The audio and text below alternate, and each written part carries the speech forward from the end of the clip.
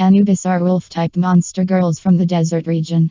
Bossy and organized in contrast to the monsters' usual disposition, they occupy the middle tier of the pyramid's hierarchy, directing armies of mummy workers.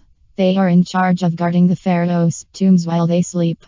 While naturally diligent, an Anubis in a kingdom which has regained its pharaoh will work even harder, responding to her mistress, Power of Kings 1. In the case where an Apophis manages to ensnare an Anubis with neurotoxin, the wolf girls discard their businesslike demeanor and instead turn their organizational abilities to obscene, licentious schemes to expand paradise and enable themselves to indulge in love and pleasure, a type of werewolf that inhabits the desert region. They inhabit ruins all over the desert region as the bosses of mummy soldiers, and it is their duty to protect the sleeping rulers of their ruins, the pharaohs.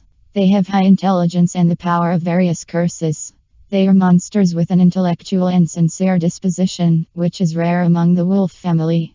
As opposed to the Sphinx, which guards the outside of the ruins, they watch over the inside of the ruins, and when they spot an as opposed to the Sphinx, which guards the outside of the ruins, they watch over the inside of the ruins, bring him back to their dwelling in order to make a husband of him. They have a controlling nature, and they will try to fancy, they will bring him back to their dwelling in order to make a husband of him. They have a controlling nature, and they frequently give instructions, as if the relationship were that of a boss and her subordinate. If he doesn't obey their instructions, as criminal punishment, he'll be afflicted with the mummy curse, which changes one's body to be extremely sensitive to pleasure like that of a mummy, and he'll have to keep having sex with them until he passes out. Additionally, they also afflict human female intruders with the above-written mummy curse as well. In the case that a woman is afflicted with the curse, the effects are not temporary as they are with men. Instead, the woman will then be changed into a mummy, and become a subordinate to the Anubis. They are normally calm, but they also have another face. They are extremely vulnerable and get easily confused when something unexpected happens and things don't go as planned.